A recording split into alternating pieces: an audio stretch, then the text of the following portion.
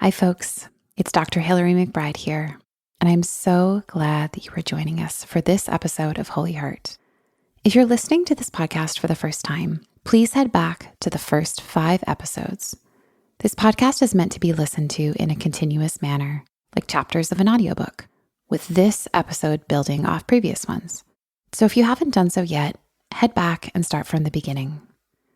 Before we jump into today's episode, just a reminder that this podcast was created for those with lived experience of spiritual trauma in mind. If you have experienced spiritual trauma, I can't guarantee that all of this will feel easy to listen to, but I can assure you that there won't be a lot of Christian language used, prayers, or scripture. If you're listening to this and spiritual trauma is a new idea to you, I am so glad that you are here to learn more.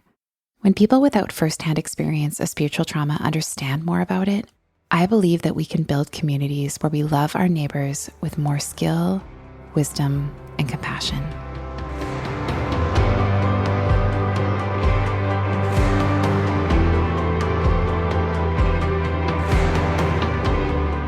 Okay, folks, here we are, episode 6. It was 8 a.m. on a Thursday morning, and like usual over the last few months, before I would hop on my bus out to the university for a full day of classes, as part of my treatment plan following a car accident, I would see my physiotherapist. We did many things over the course of our work together, but there was one moment in particular I will never forget. It taught me something about healing my injuries that I wanted to weave into my understanding about being human. We were working together with a problem related to my shoulder, and where we were at this point in my treatment was that she was trying to explain to me how the tightness and restricted movement in my left shoulder originally made sense as I was recovering from the trauma to my body of the car accident. My body was curling in around itself, the muscles tight, bracing for impact, anticipating another blow. But now, months down the line, the snow from the accident had long since melted into the ground below and the bulbs began to emerge from the earth, but my arm still seemed to be stuck. My range of motion restricted, and anything I did to rotate it, extend my arm further than I was used to, created a searing sensation in my arm and shoulder that made my chest tight. It felt like the squealing microphone feedback sound. We had been working to loosen the tissues in a number of ways, but it seemed, again, like my body was still stuck back there in what happened, and in the strategies to protect myself in the aftermath. Physiotherapists listening to this, pardon my likely wildly untechnical and inaccurate retelling of the story that highlights simply how I experienced it. So here we were, and the time had come in one of our 8 a.m. appointments where she looked at me and explained again what was likely happening, and then told me that she was going to support my shoulder to move. Again, still with the steady eye contact, she let me know that it would hurt, but that she would not damage me. She would be with me, and the pain of the motion would actually be part of my healing, even if it felt otherwise. We took a deep breath, and with one of her hands on my arm and the other holding my hand, she manipulated my arm and shoulder in a few brief, swift, but gentle motions that could likely be described more technically in other ways, but felt through my whole body like lightning striking, slicing a tree that it hit right down the middle. Lovingly, and with a trustworthy sureness, she pulled my body from the rigid, stuck defensive pattern it was in. The searing continued for some time, as if my body was screaming, "This is not safe. Last time we were here, we were this free, we got injured, and we're not ready to move like we used to. You've forgotten how." I continued to rehearse these movements on my own, that some of the old stuckness would creep back in. So when I would arrive again for another treatment, she would continue to remind my body of the other ways of moving that I had forgotten were even possible. She seemed more sure of the goodness of my body and my ability to heal than I was. Seeing her sureness and feeling her competence, the safety of our connection, allowed me to tolerate the discomfort that came from undoing the ways I learned to protect myself. Together, she reminded me that my system knew how to heal under the right conditions, with the right support, and that sometimes there is aching, pain, and the discomfort of stretching. But, especially with her by my side, this pain could be different than that of the original injury. When I think of healing, if I was to picture what it looks like, ideally, I imagine the sick days I had as a child where I would park myself in front of the TV to watch hours of movies and drink ginger ale with a hot water bottle tucked against my belly. The picture is of rest, ease, passive allowing, stillness, and parental nurturance. Sometimes healing is gentle, the slow allowing of our systems to rest, clearing our schedule, making intentional time for ease and compassion, and receiving the care we so desperately need. I think that healing could look more like this than many of us believe. We sometimes throw the same dysregulated energy of proving and striving at our therapeutic or healthcare treatment that got us hurt in the first place. It could transform our systems, our day-to-day quality of life, our ability to live lives with depth and connection, if our healing was a process that was attuned, gentle, and marked by rest. What I see in my work with my patients, and what has been true of my own healing journey, is that often there is something uncomfortable, bordering on painful, at least stretching, that characterizes our healing. It is the grief of realizing how much time we spent believing things that hurt us. It is feeling the anger we were never allowed to feel that still registers in our bodies as off limits and untrustworthy. It is the slow wading through our past to uncover just how deep the story goes. It is the visceral fury at the systems that bred all of this hurt, and the enormous, uncomfortable sadness that we too likely perpetuated some harm. It is the searing ache of allowing in nurturance from another person after having been without, the fear of what will happen when we let all parts of us be seen, and the excruciating unrest and awkward fumbling of slowly trying to trust ourselves again, while simultaneously expecting that doing so will get us punished or smited. It is trying something old, but in a different way. It is trying something new and feeling that bumbling sloppiness of realizing that we never quite arrive, but that we do need to keep discovering. And actually, that uncomfortable sensation of the foreignness, that too is part of our growth. It is the raw vulnerability of letting the painful places be witnessed, letting the wound be tended to. I tell you all of this because we're bringing the conversation into the territory on healing and recovery. I really want the process of healing to feel good, like we're all curled up on the couch watching Muppet Treasure Island under a blanket for as long as it takes. And the end goal is ultimately that we are more fully ourselves, less constricted, more able to experience pleasure, be available for life and a relationship and whatever is happening right now. Better able to trust our goodness and the ease and safety of being in the present moment when the moment we are in is actually safe. The end goal is taking in the love that is actually coming to us and knowing how to calm ourselves down when we feel agitated, but also knowing how to allow our feelings to be there without inhibiting or defending against them. It is building systems that make our bodies well and remembering that our well-being is tied up in our neighbors. Speaking up when something isn't right and knowing that our feelings can be listened to and learned from. And while I want all of that, on the road to all of that is often some discomfort. Something new, facing something old, or feeling a feeling that was suppressed in the past. Healing is sometimes looking at the thing we feel afraid to look at, and other times, getting what we didn't get back then when we really needed it. Still other times, getting to feel the feelings about all of that, but it's often doing what we need to do so that we can appreciate our defenses for what they did, experience integration of the parts of us that had to go away, set our defenses down, and experience ourselves as a mind and body that is good, valuable, worthy of love, in the present, and in right relationship with what's around us.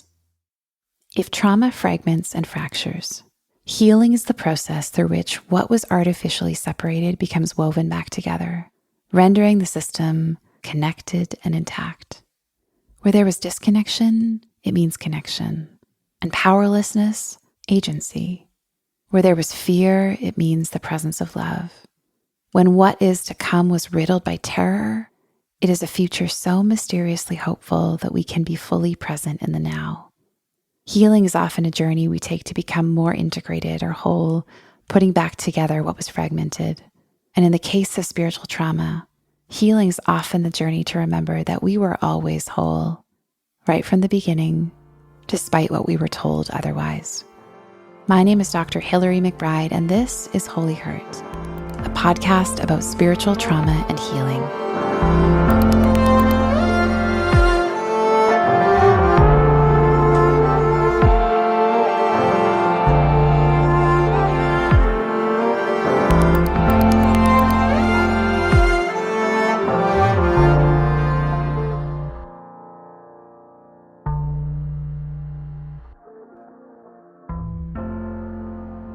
Before we get into more of the practicalities of healing from spiritual trauma, I want to spend some time contextualizing the conversation about healing and recovery.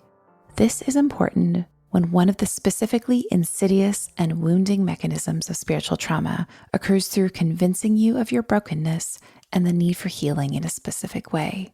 I want to be thoughtful about how to acknowledge where the hurt is and what caused it, and provide some ideas on how to take steps towards healing. But I want to try to do so without replicating the idea that you are a broken person and there is only one way to be restored. If we were to time travel back to when I was living my most evangelical life, and you were to stop me and ask me what it means to witness, what witnessing was, and why it's so important to the healing of our world, I would have probably thought that this was a miracle that you were asking. I would have launched into showing you exactly what I thought it was that you were talking about by telling you any certain number of things. Should you have redirected me to your actual question, I would have told you that I thought witnessing was going into the broken world that was depraved and telling them of the good news. Without getting into the details of what I thought that meant, what I believed the good news was specifically, witnessing I thought was more of an act. It was the form of telling, the spreading, somehow me passing this information on that could change someone's life, both now and in the future, and it was my imperative to do so. It was something we were to offer to someone, or depending on who you asked and what it felt like, something we subjected them to. Either way, it was important. It was my responsibility, and it was something I was meant to offer my fellow humans to mend their brokenness. The details are for another time, but in short, I haven't thought about witnessing at all or like that in some time. Until in preparation for this project, I picked up a book by Shelley Rambo called Spirit and Trauma. I was immediately captivated by what I often sense in trauma work, but what I have seen or felt was missing in both academic and spiritual contexts that I often bridge with my work. It's a sense from the writing that there is a place for intellect, spirit, body, and context to all exist in a conversation, layered with past, present, and future, holding the tension of grief and hope, life and death. All of those have to have a voice in the conversation about trauma. And it's my sense that when any of these elements are missing, the conversation lacks complexity. It's missing something about how to capture all of what it means to be human and everything about what trauma is really like for a person to live through. Rambo's description of trauma sounds so much like what we've already described in earlier episodes. Quote, "Trauma is described as an encounter with death. This encounter is not, however, a literal death, but a way of describing a radical event or events that shatter all that one knows about the world and all the familiar ways of operating within it. A basic disconnection occurs from what one knows to be true and safe in the world." End quote. This is followed by her redirecting the church's simultaneous neglect of trauma and spiritual bypassing over it by suggesting that any hasty jump towards life after death neglects the very middle space of what it is like to live in the in-between of surviving trauma, with the not yet integrated experiences of trauma living inside the body. This middle space of when there is hurt, wounding, and trauma is specifically where healing work in the church needs to take place. Healing can't be the glossing over of pain to pronounce that nothing needs to hurt anymore, and signal, as many of us likely felt, that there was something wrong with you if you were still hurt, anxious, afraid, sad, ill, or whatever. But as Rambo states, healing work, quote, "cannot just be about what goes away, but also about how we are with what stays, how we remain with what remains," end quote. To me, this sounds like exactly what I tell my patients and what I've learned from my own therapeutic work as a client, and what continues to be most difficult in the journey of healing for so many of us.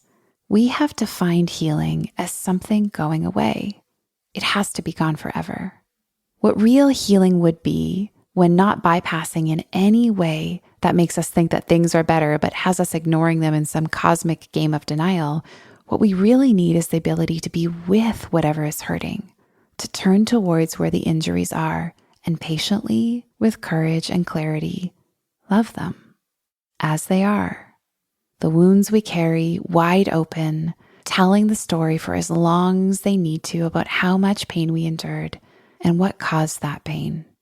While many people with spiritual trauma leave the religious contexts which were responsible for the pain, they take with them the bypassing mechanisms, the urgency, the skip over the hurt and get right to the redemption strategies they learned so long ago. What I'm suggesting is that the healing of spiritual trauma, whether inside the church or outside of the church, whether caused by our families or institutions or systems or a single person, what is more indicative of healing than if the injury is gone or not is how we can learn to be with it. Ultimately, this requires us to be in relationship with the parts of ourselves that we might otherwise want to make go away. Being in relationship with something asks us to welcome it, which is so different from the kind of banishing that we might have been taught was essential for us to prove our healing had happened. If trauma is about fragmentation, then healing is about connection. For me, this has meant embodying the very principles I learned from the teachings of Jesus, who was known for hanging out with all the marginalized folks and people who had been socially devalued by the elite religious. This seems to show us that the way forward is to be in relationship with anything, anyone, any part of us that has been sent away. And I'm suggesting that healing means we do this both socially and on the inside in our own interior landscape. This might mean, instead of hating the anxiety we still feel when thinking about that experience we had in that community group, we imagine turning towards the anxiety and asking it to tell us its story, believing it as something to tell us that is important and can be welcomed into our understanding of ourselves. In this way, healing occurs through the process of relationship. So I'll say it again. If trauma is about fragmentation, then healing is about connection. While I mean this is about what is happening inside of us, I also mean this to be about what happens in our communities. Here is where we get into the idea of witnessing and the importance of reimagining what that word means for our process of healing and restoration. Instead of being about talking at someone or passing on information about what we deem is good news, what if we restored the word witness to mean the process of seeing, of really seeing? I mean this not in just an observational way where we objectively plan to report what happened to someone else, as in the case of the courts, but rather the kind of true encountering and seeing of someone that the Jewish philosopher Martin Buber talks about when describing the sacredness of the I-thou encounter, where the other person is not an object to analyze, use, or fix, but is a life to be related to, rehumanized, experienced fully in the now for who they are as they are. This kind of witnessing demands that we really see where the pain is, and that we don't look away from it when we see it. It demands that we don't minimize, explain away, pray away, or pretend that it was never there. As Shelley Rambo suggests in her book, to really witness, we must enter into the heart of someone's suffering. While we might want to turn the other way or shy away from doing so, or we might want a formula for how to actually make this work, either of those would turn the other person into an object. It might be a way for us to manage our own discomfort about the process when there's no straightforward or clear path.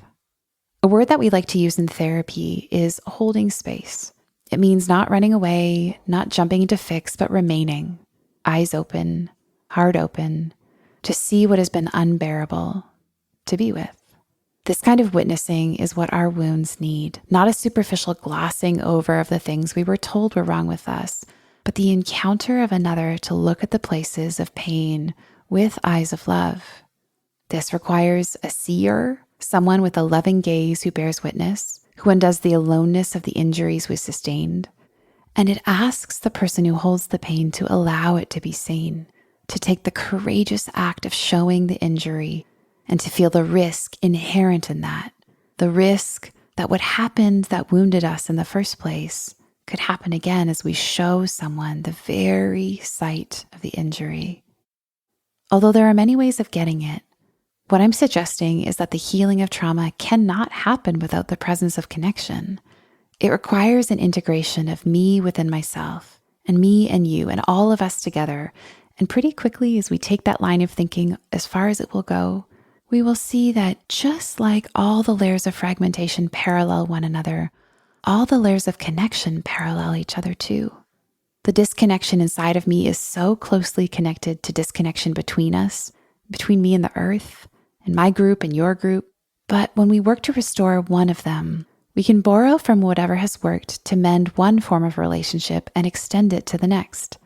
When I bear witness to myself and my own inner experiences, it makes it easier to look at your pain as you tell the truth about it without me turning away from you. This makes me want to look at what I do to all other living beings and systems and really see the impact of that. And what I find is that it's harder to use the earth when I've recovered from being used. And when I see what is inside of me that is hard to look at and love it anyway, it makes it easier for me to love that same thing in you. It is then that I can love my neighbor as myself and love myself as my neighbor. It's not in the way that I once thought, but it makes me think that witnessing is, after all, connected to the healing of the world. You might remember from a past episode, Dr. Alison Cook. Here she is again, talking to us about healing.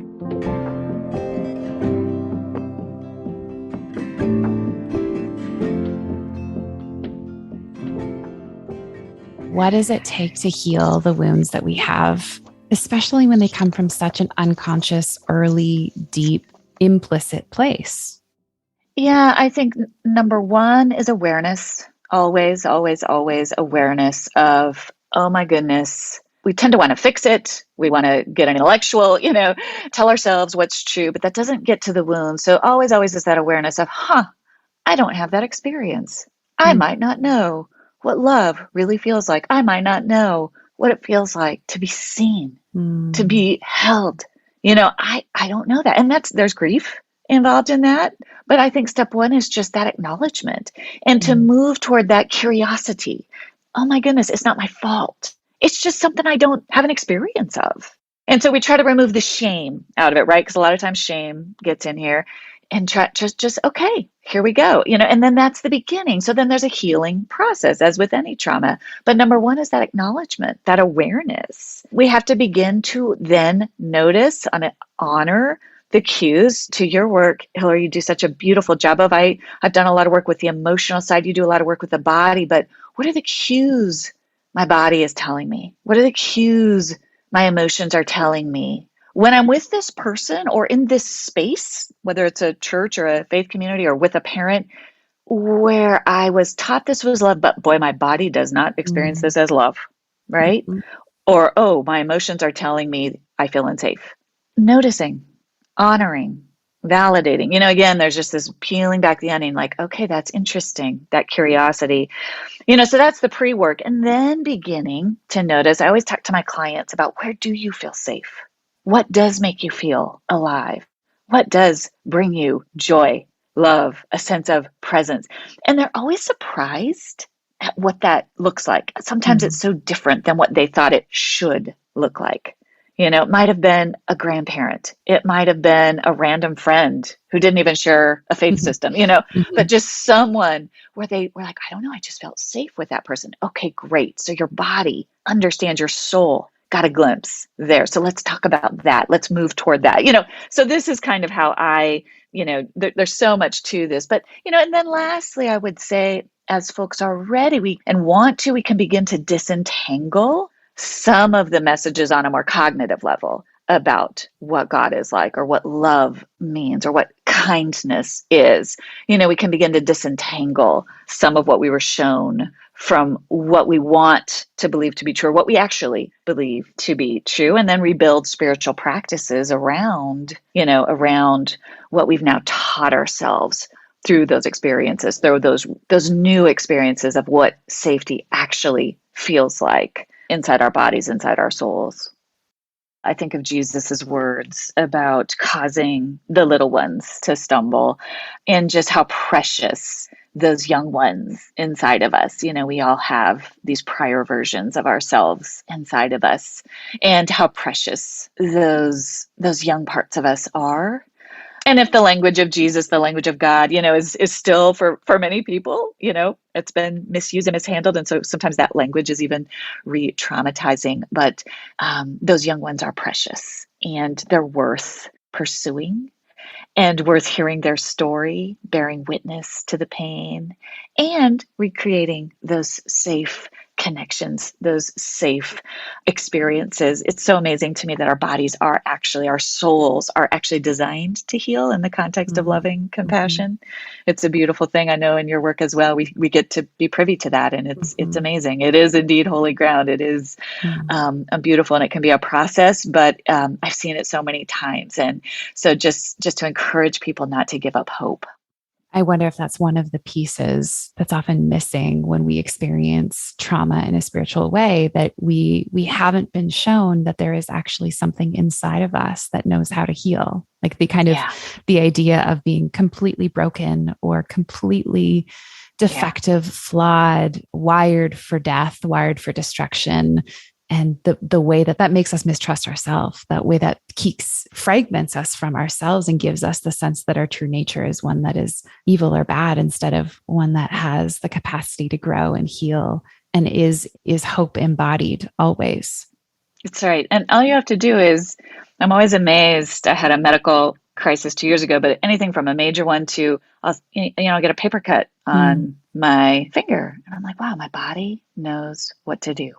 My body knows how to send the right aspects of itself. I don't know the medical terms, but it knows how to send the right clotting mechanisms to heal that cut. And our souls are no different, in the context we need. And sometimes when there's a deep gash, we have to go to the emergency room, and we need a surgeon to get in there and delicately bring those tissues back together. It's the same with our soul. Some wounds to the soul, with a little bit of care and a little bit of a Band-Aid, we can heal on our own. And some wounds to the soul require deep surgery, deep tissue surgery. But either way, that soul is wired and designed with a bent toward healing.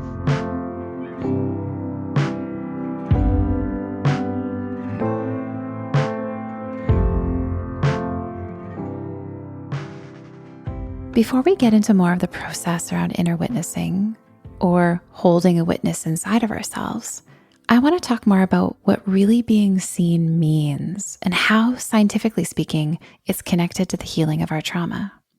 As you might not be surprised to know, in our historically cognitive and individualistic Eurocentric worldview in westernized cultures, we produce a method of understanding the person, a person's pain and that person's healing, that centers, no surprises here, a singular person.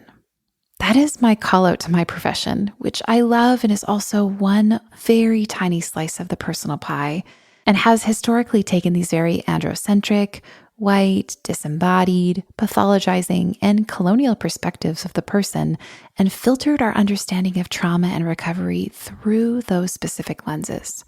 So what happens is when we come to understand trauma, and even more specifically, post-traumatic stress disorder or PTSD, and the research literature around it, we see the innovative and emerging ideas centering again the idea of the individual, their thoughts, their nervous system, their experiences and memories, and neglecting the importance of what we've been talking about here, the social context of our pain and our healing.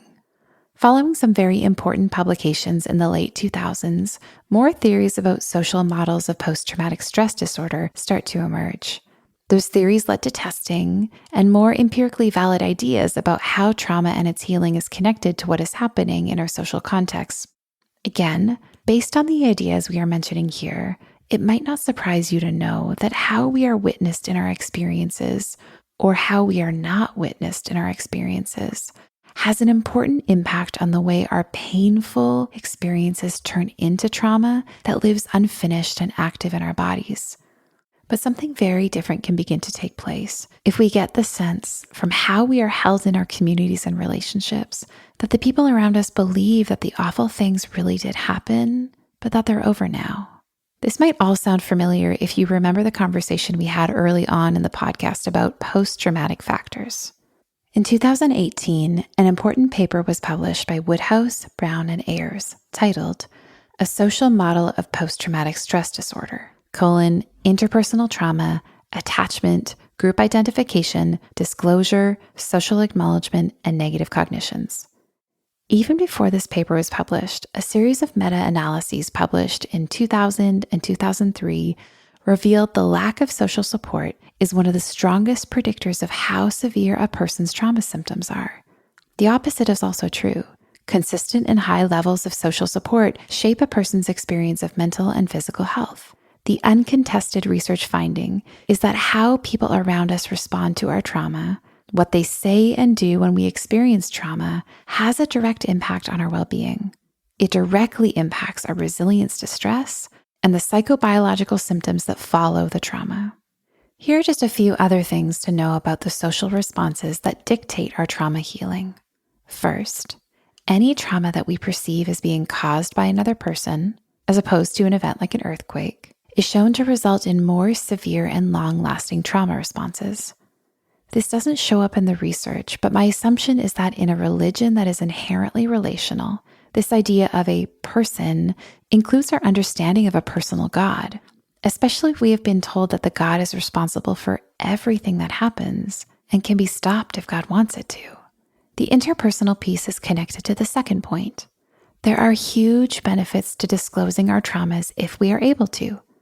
But when the trauma is interpersonal in nature, it makes it hard for us to trust other people and believe that we can share our pain with them, especially if we have adopted the belief that we are somehow to blame.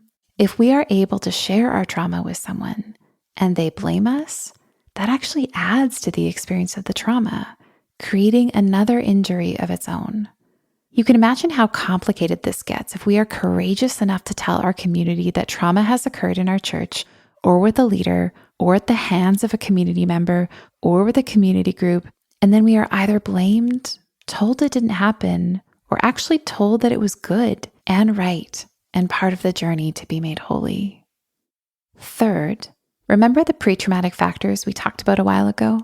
Our attachment style, or the template of connection we learned in our earliest caregiving relationships, impacts how likely we are to share or not to share with others. If our early attachments were unhealthy, we are less likely to feel like we belong in a social group and may not have as many people to tell about our painful experiences. Or we might be so desperate for the belonging that we never got growing up that we'll do whatever we can to belong, even if it means denying our trauma, going along with it, or dismissing our own reactions when we feel minimized by others. Fourth, when we have a social place we can turn to, where we can be courageous to talk about our traumas and can be believed and supported, this not only manages and softens the response our bodies have to the trauma, but also boosts our mental and physical health. So you can imagine in a faith or family context where we experienced a spiritual trauma and confronting that forced us to leave the group that was also the place we thought we belonged. We now not only have the trauma, but we're actually lacking the social net that supports us to process the trauma. This in itself is a wound. And it seems one of the insidious issues of when religious systems are closed and prohibit people from building connections outside of the religious community, then where do they turn when there are injuries? Fifth, it isn't just important to have people to turn to when we have pain, but how severe our trauma symptoms are depends on how heard and supported we feel by them when we tell them what happened. If someone comes to share with you about their trauma, the questions we want to be asking are, how do I help them feel understood? How do I acknowledge what happened? In short, do they feel accepted, believed, and emotionally cared for by me? A person's ability to answer yes to these questions can change whether they are likely to get a PTSD diagnosis or not following a trauma. And as you know, not everyone with trauma will receive a PTSD diagnosis, both because of barriers to diagnosis and also because of limited diagnostic criteria. So, diagnostic criteria aside, what is important to identify is that social support and acknowledgement drastically improve a person's quality of life for a number of reasons. Extrapolating this to the context of spiritual trauma, many people will not get the social support they need, and worse, will likely be blamed, ignored, or misunderstood. While this can often happen inside the religious group, we're not safe from it happening outside of religious contexts either. People unfamiliar with the patterns of control, manipulation, coercion, and power exercised in systems causing spiritual trauma might also be confused about how a person could stay in a spiritual context that was causing this much harm. They might wonder how they could stay for so long and how they still have faith at all. Well-meaning friends, family members, or therapists, especially with their own unexamined spiritual trauma or confusion about spiritual trauma, might not know how to say, "I believe you," and "It wasn't your fault," or "Of course you stayed. You were told this was your family and you would suffer for eternity if you didn't do what they asked." These wounds are real and lasting, and they can heal, but it is harder for that to happen when the wounds are invisible to those without the eyes to see them. Now, more from J.S. Park.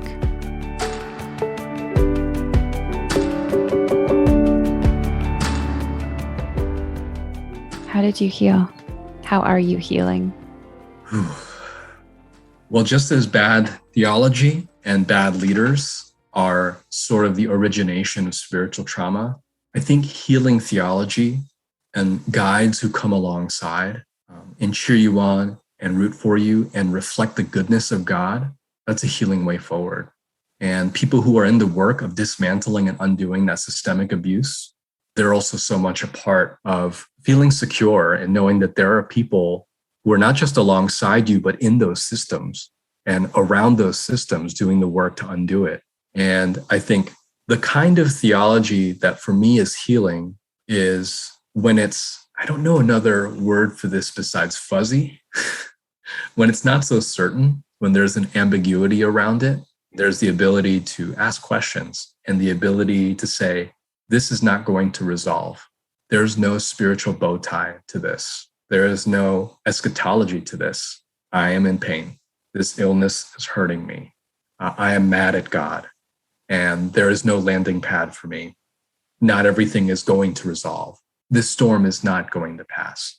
Theology that is okay in itself to say that. And if you look in the Psalms, if you look at the wrestling of Judaism, if you look at the sorrow and anguish of the Korean concept of Han, there is so much freedom and movement in being able to freely express all the pain and all the hurt that the world can bring upon us. And so I think there's the trauma that the world is going to put upon us that happens to us, that is dealt to us by abusers and interruptions in life and disasters. And then there's that secondary layer of spiritual trauma, sort of the narrative that we write around the trauma that happens.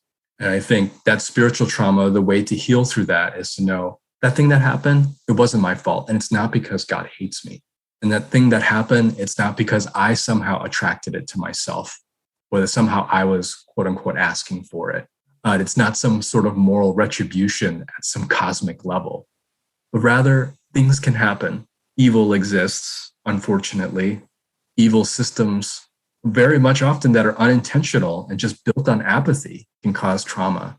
But the spiritual narrative around that, about it not being my fault, it not making me lesser, it not shaping my moral identity and value, that's such an important thing to learn and to unlearn the ideas of cause and effect, of supernatural imposition of the order of this happened, therefore it must mean this. How do I undo that certainty and leave it to ambiguity and then be okay with that ambiguity? I guess the only concluding thought is if I can put one word around the healing, expansiveness. Expansiveness. Say more about that. In my chaplain residency, which was a year-long program after the 6-month internship, I lost my faith for a season. And I lost my faith because I was seeing so much suffering. And my theology that I had was not enough to hold me through it. And thank God for my supervisor. She sat me down and drew a box and said, this is your faith right now. And then she drew another box that had a broken edge. And she said, so here was your faith. Now here is your faith with this broken edge. And then she kind of drew a third box, but like sort of not a box. She said, this is where you may end up. this expanded open box. We don't know where you're going to land, but this is where it's going to be. And it'll keep changing. And what she gave me was room and expansiveness to grow.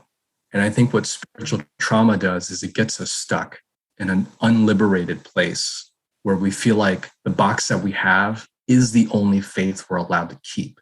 And it keeps us imprisoned. Thank God for my supervisor, who was such a guide through that process of being able to say, it's okay that your faith is broken. But what you're going to see on the other end, it may be no faith at all. It may be something completely different that you weren't expecting. But whatever that is, feel free to have that room to grow into it. And I think for those experiencing spiritual trauma, it's like their whole lives, they may have been told, in my whole life, I was told, this is the way that God works. God fits in this box, and you cannot go outside that box.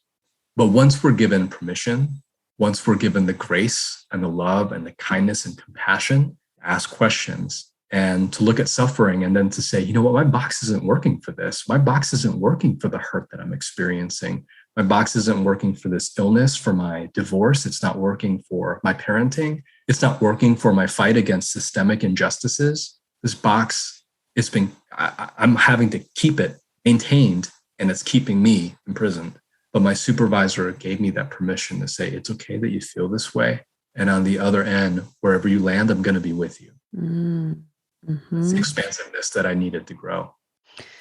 And that sounds like, that last little piece, it sounds like the supervisor's permission and narrative of expansion was important and supported by, and I'm here with you, and this is not cutting off connection from me, and I'll be with you wherever you land. Because I imagine for so many people who feel like the box is too rigid, that they stay holding on to whatever is hurting them and rigid because it feels like it's going to cost them belonging and connection and acceptance and attachment and all of the things that we actually need to thrive and flourish. But she said, and this is my therapist self speaking, she said, it's not going to cost you connection with me. Like, we're still good. And in that way kind of represents the unconditional love of God. Your box can look however it looks, including this unformed, unstructured container that will emerge, and you still have safety with me. You still have affection from me. Yeah. And I think unfortunately church leaders use that sort of, you have to keep the box or you're outside of God's goodness, outside of God's grace. And that box felt very familiar to me. And I had to learn that familiarity is not the same thing as safety. And what my supervisor gave me, just like you said, was that safety to be able to say to me, even though you're feeling this way, there's nothing that's going to separate me from you.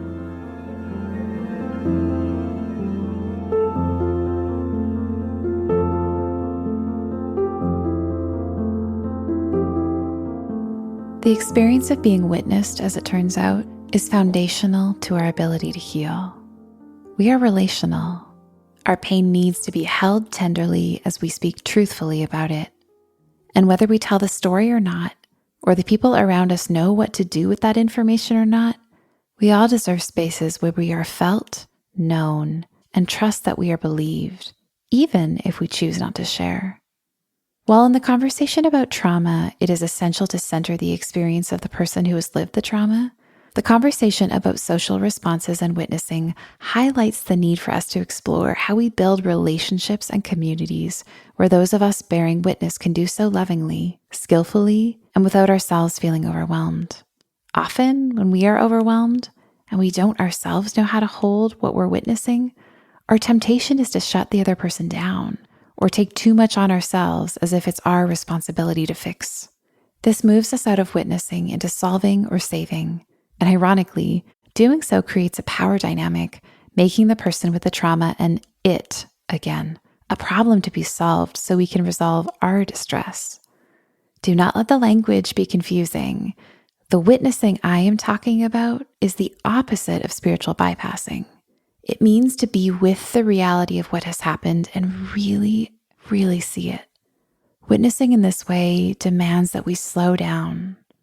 It asks of us to be present, to notice our own reactions, to be aware of our boundaries, and know when and how to say to someone with authenticity, I believe you.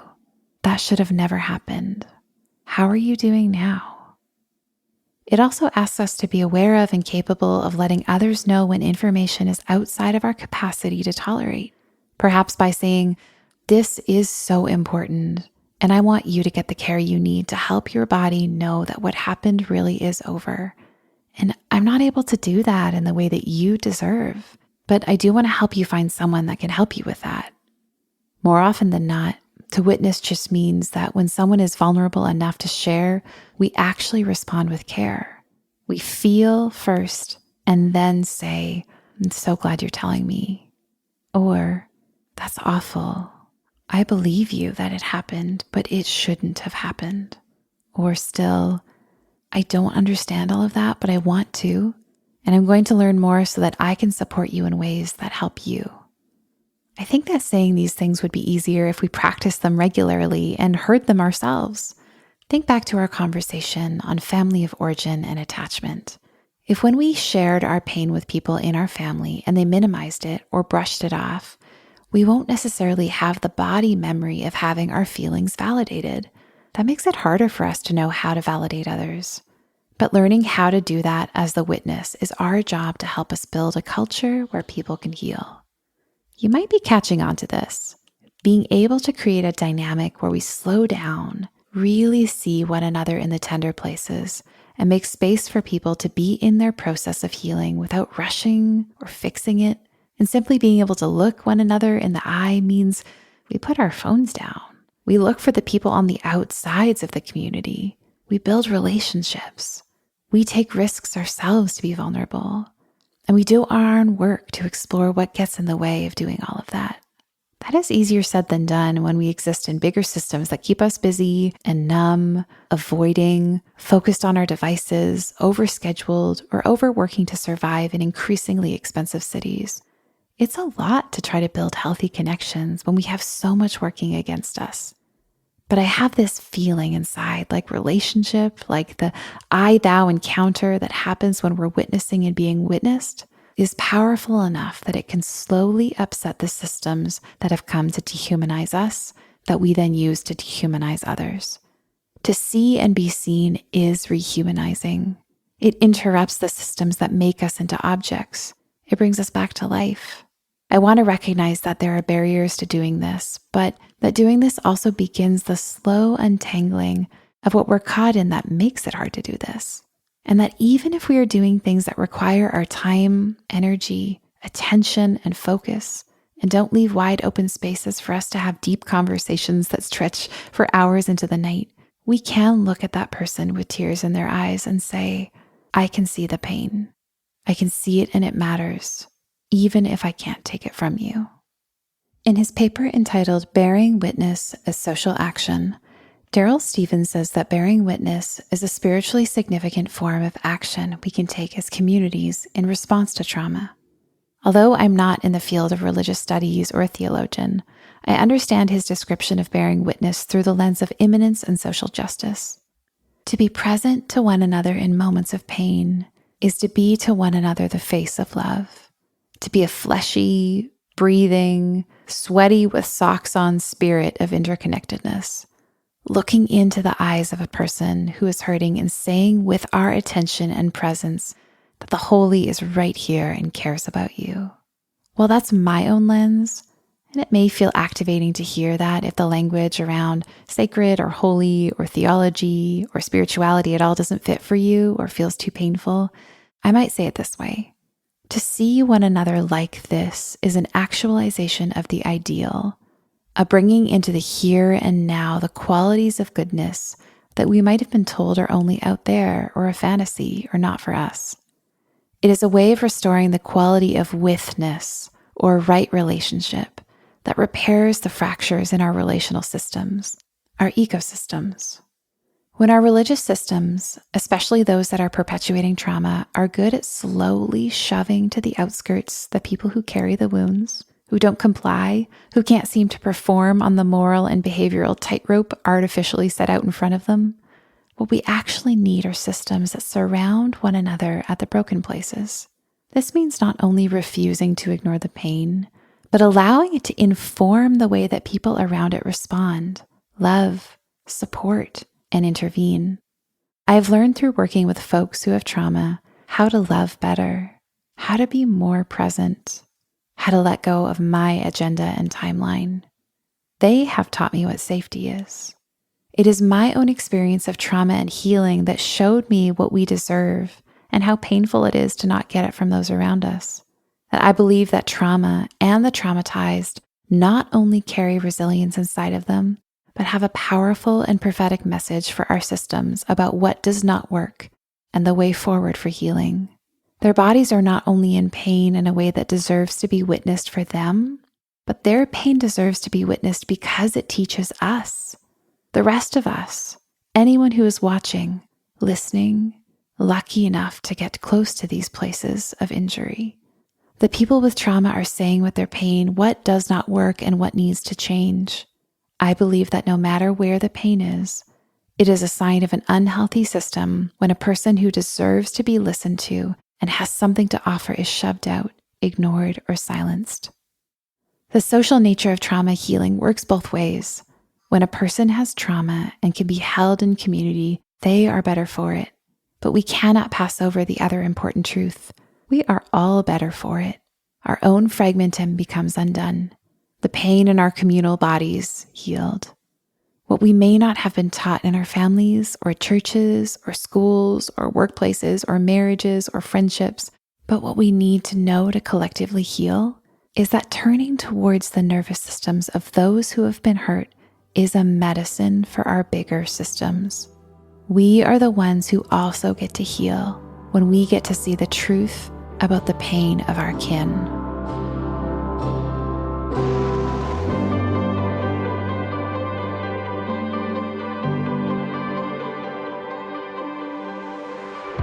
While I'm talking here about witnessing or bearing witness, I'm wanting to be clear that telling our stories and the truth about what we have been through is a continuum.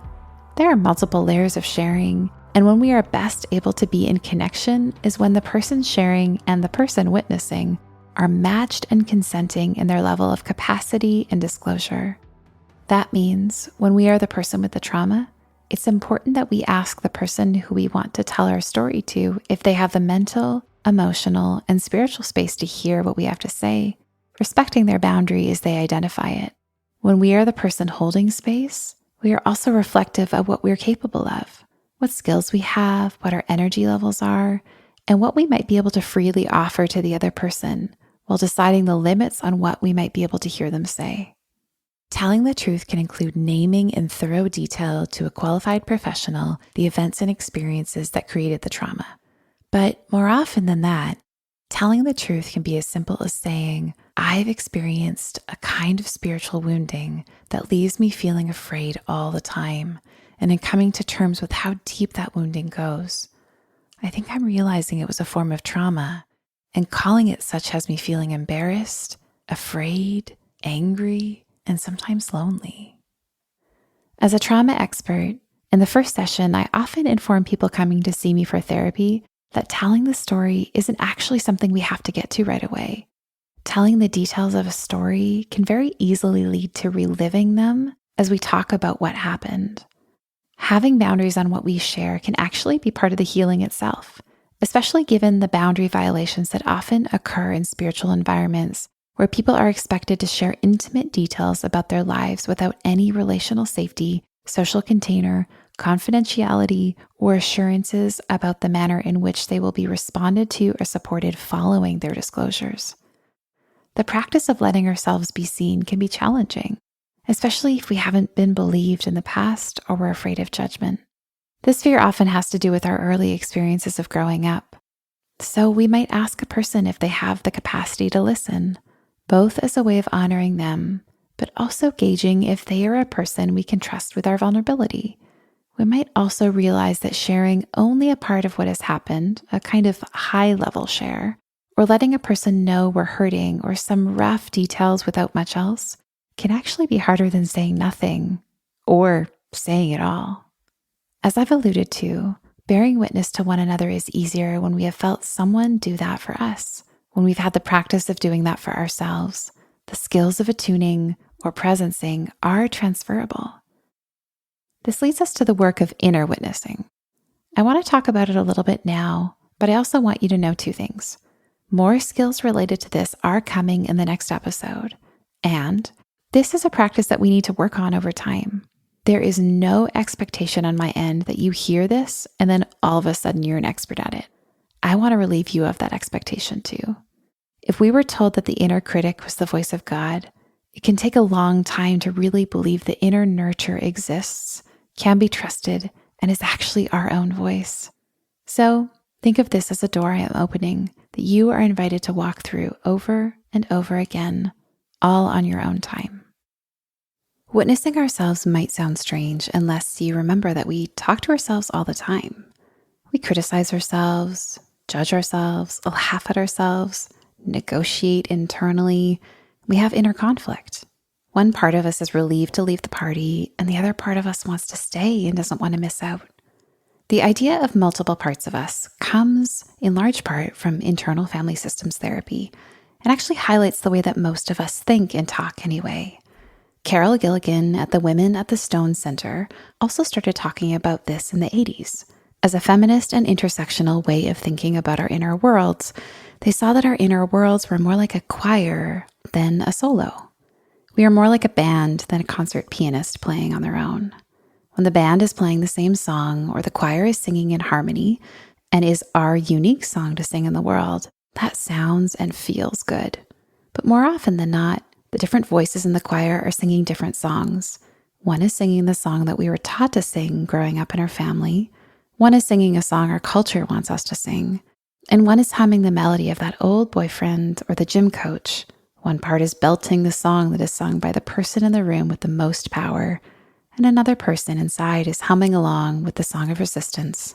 Still another is singing the song of fear from that time we felt really hurt and alone. All of that, each of those parts and voices is happening inside of you a lot of the time. But in there, in the midst of all of those other voices and songs, is a part of you that knows how to witness. That is the part of you that comes out when you feel like the very best version of yourself, strong and patient, loving and wise, clear and communicative, courageous and resilient. Even if that part feels pushed to the back of the choir practice, or like it was shoved out of the entire building by one of the other parts a long time ago, I know this to be true. It exists and cannot be destroyed, even and especially if you have survived trauma, and especially if you were in an environment where you were told it never existed to begin with. The wisest, most youest you is there. It is yours and can never, ever be destroyed. In my language, this is the divine spark in you. It's in all of us, written into our DNA. It is aliveness, both in us and it is us, right here in our bodies, in our breathing lungs, right now. And if this language doesn't work for you, think of this as your core self, the valuable aliveness, the spirit inside of you that is born into each of us as humans. This is the self that shows up when someone you love is hurting and you want to reach towards them to make it better. The self that has the idea to do something kind for someone else and wants to try again at something hard because you know there might be a chance it could be different this time. Imagine the chorus of voices singing inside of you for a moment. When I picture this inside, sometimes it's like the basement of a heritage building, tea and baked goods set out on a table in the corner to make it feel homey, like someone put thought into this. There was intention and caring. Wherever they are, even if the room is filled with loud parts, allow yourself to know that the core self, the witness, is always in that room. You might even be able to imagine that the self who is looking at the room, seeing all the other parts of you in the choir or the band, that one who is looking is actually the core self or the witness. In this situation, you would see through the sea and chaos of noise and notice which part of you in that room carries the trauma, the pain of what has happened. And maybe if the other parts of you would allow you to get through and sit next to the one who has the most pain, you might say, I want to know your story. Or maybe, I want to know your story. And I'm sorry that you've been here all along hurting and I haven't been able to find you. That wasn't what you deserved. I could go on, and there will be an opportunity for us to do more of that in the future. But for right now, I really want for you to get a sense of 3 things. 1, trauma asks for a witness as part of its healing. 2, we can be the witness to others, and we actually deserve a witness ourselves. And 3, sometimes the witness is us, for us, inside of ourselves. And that counts just as much as any other kind of witness.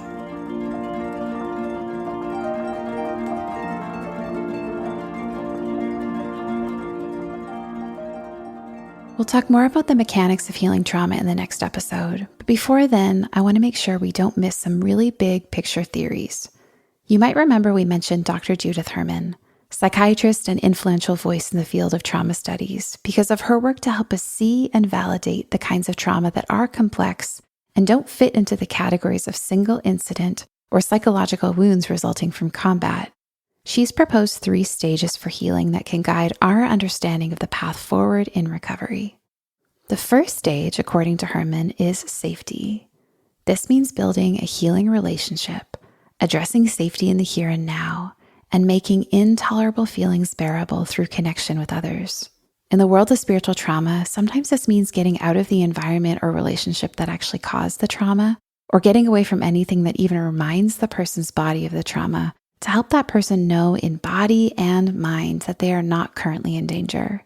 Sometimes this means getting away for a season. Sometimes it's forever. It's not always possible to get away from every reminder or every trigger from a trauma, but the body does need to know that for the most part, what happened is over.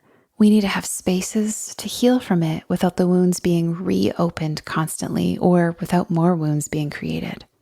In the process of therapy, this can actually be the longest and most difficult phase, especially when a person has learned others can't be trusted, therapy is dangerous and psychology is too worldly, or when a person's supposed to be a healer or leader was the one doing the hurting or the shaming.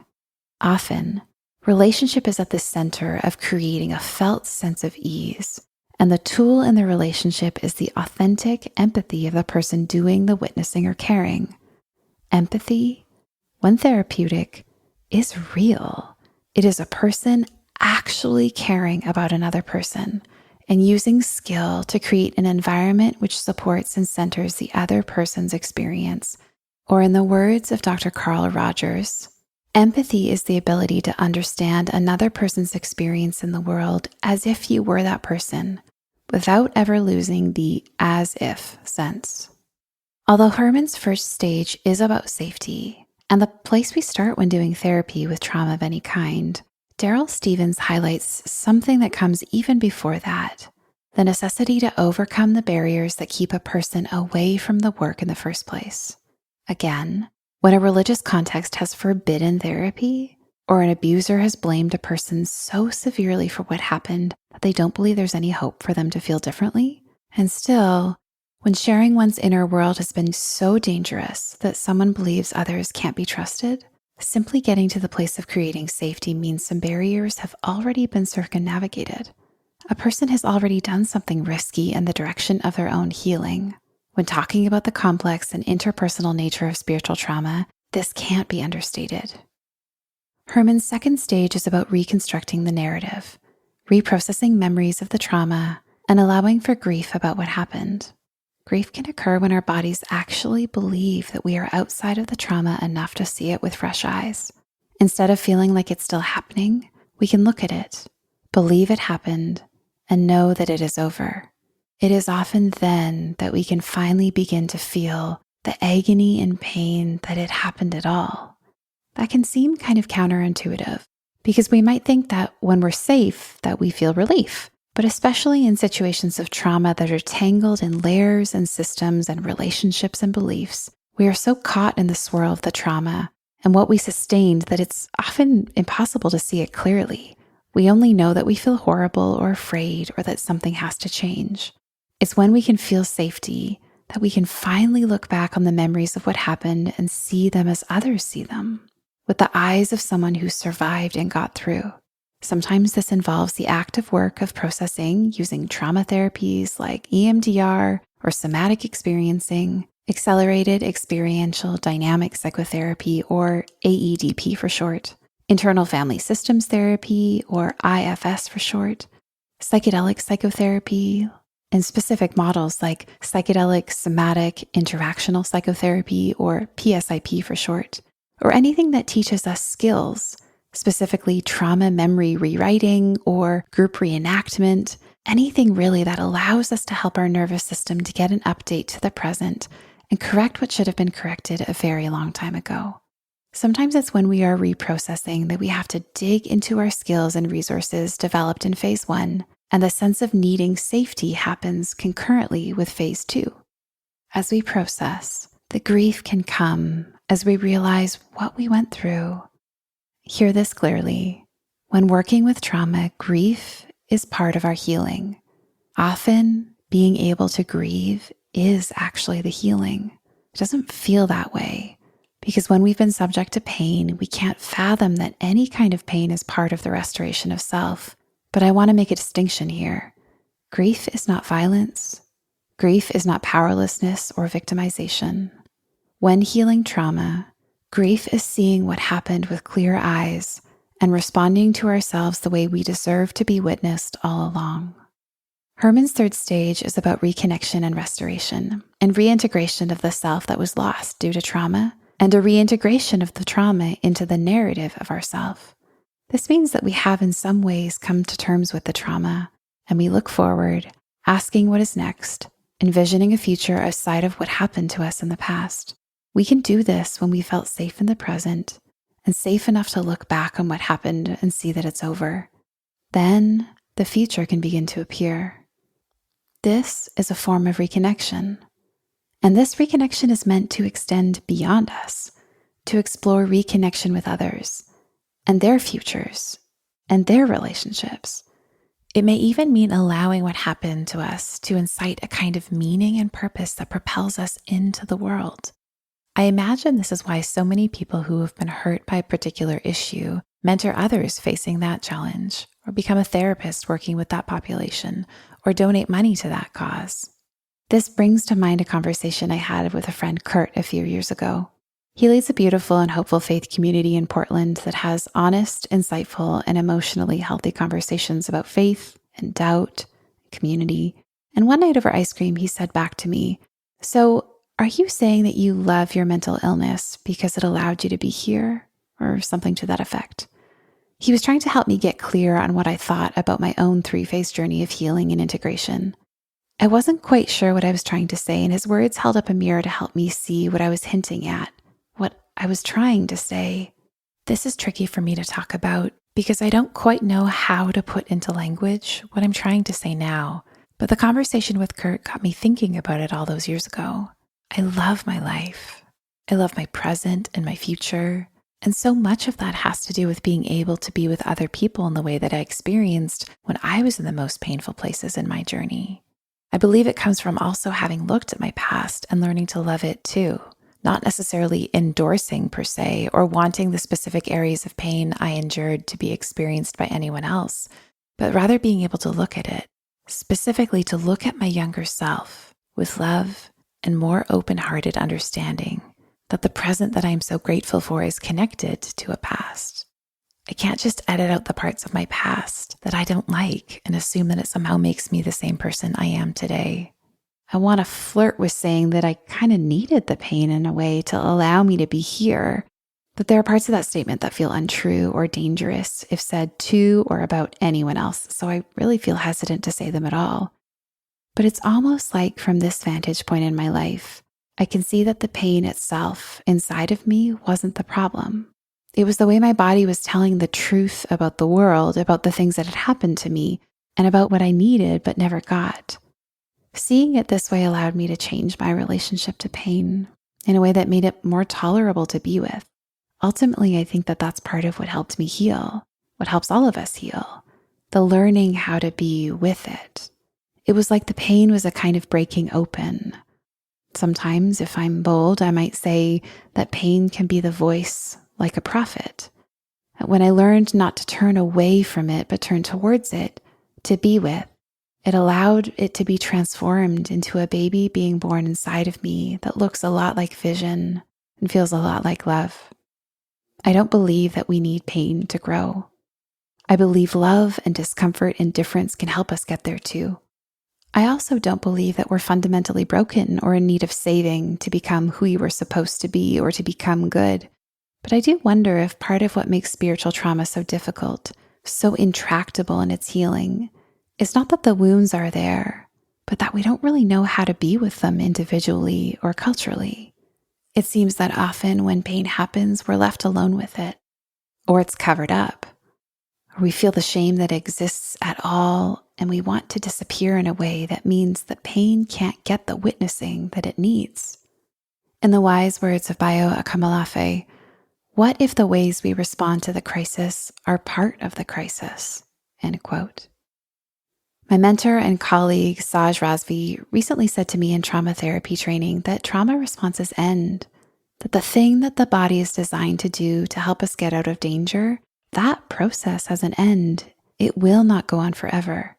But what has no ending is the kinds of strategies we use to manage our trauma responses that work just enough to give us a tiny bit of relief, but never actually resolve the trauma.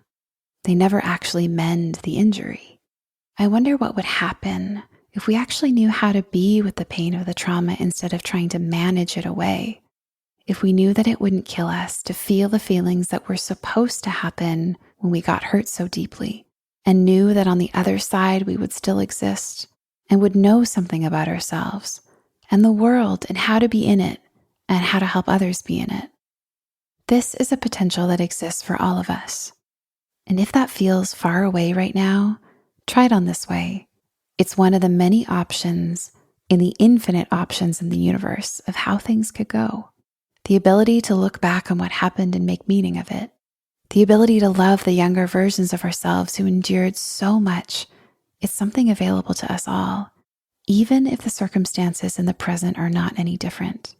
If that feels too hard right now, maybe what is available is that we hold the possibility that even though we might not be able to do that now, there is someone out there who believes that a younger version of us was doing the best that they could, and they want to turn towards who we were, even if only to let us know that they've been there too, and they know the aloneness of that pain.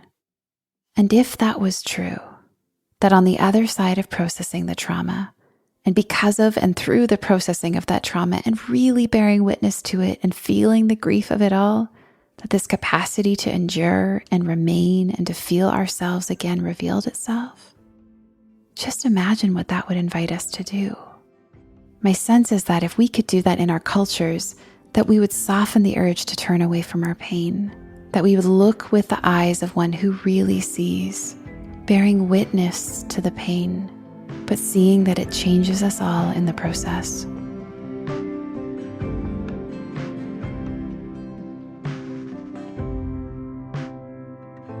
About 9 pages into her book, Shelley Rambo says this, quote, "Attempting to map the experiences of trauma comes from my conviction that our lives are inextricably bound together. Given what we know about the historical dimensions of trauma, no one remains untouched by overwhelming violence.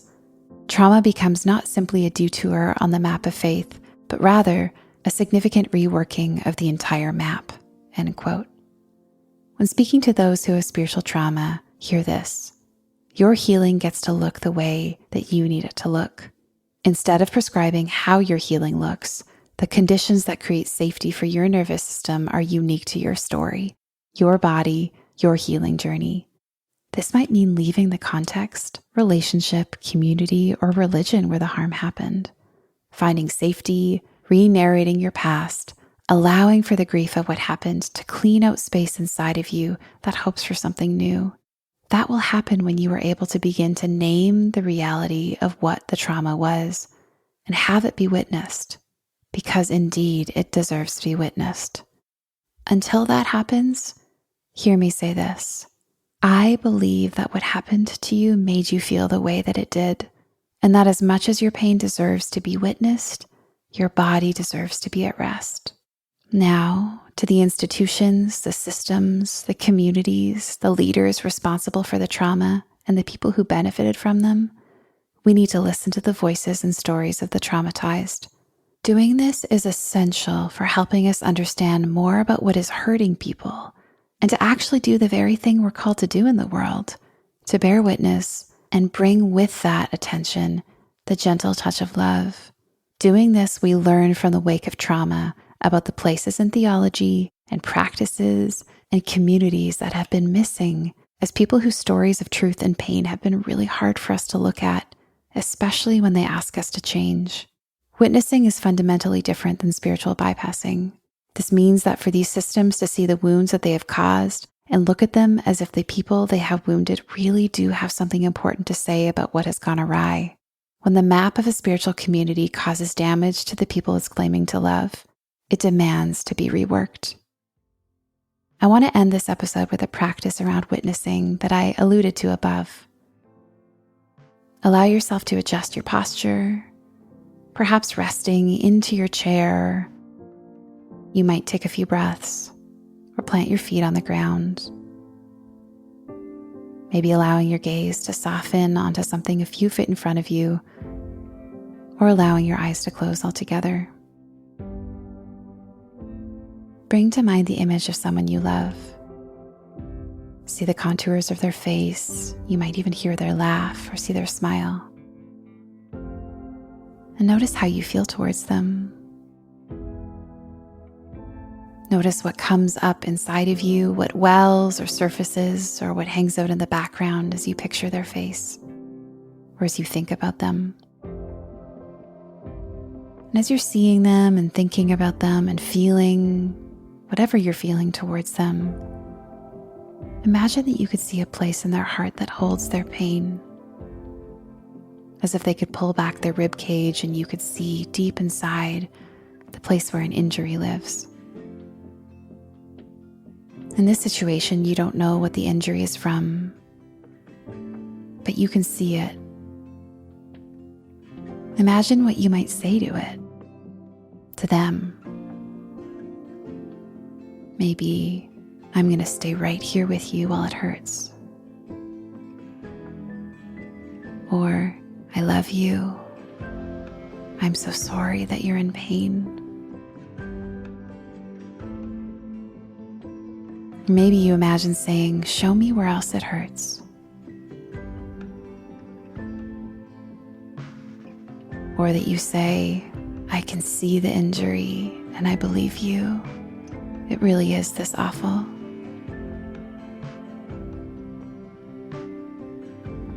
Or maybe a phrase of your own.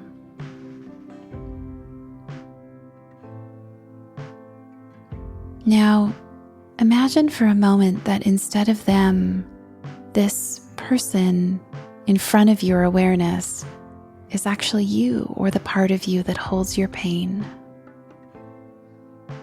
And if you're able to, try saying these things again to them, only as much as you can tolerate.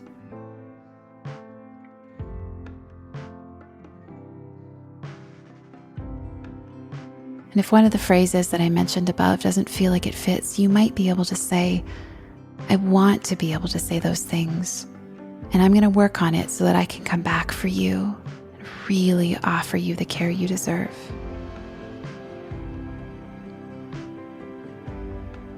If that's tricky, you might imagine instead of yourself looking at this part of you that's in pain, that somebody else could be looking at the part of you that's in pain. A person who you can imagine could be a loving, patient, and gentle witness.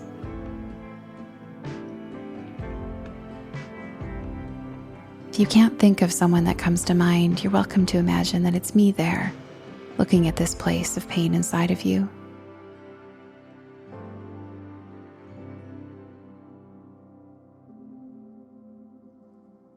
If there was a part of this exercise that felt particularly meaningful, try to make a note of it and come back to it later. In the next episode, we'll be talking more about healing and recovery, and I am so looking forward to it. Thanks so much for joining us today. The Holy Hurt podcast was written and recorded by me, Dr. Hilary McBride, executive producer, Leslie Roberts, Sound editors Bradley Danyluk and Micaela Peragallo. Music and scoring by John Guerra, adapted from the album Ordinary Ways. Strings performed by Valerie Guerra. The logo and art was made by Courtney Searcy. This episode's guests are J.S. Park and Alison Cook.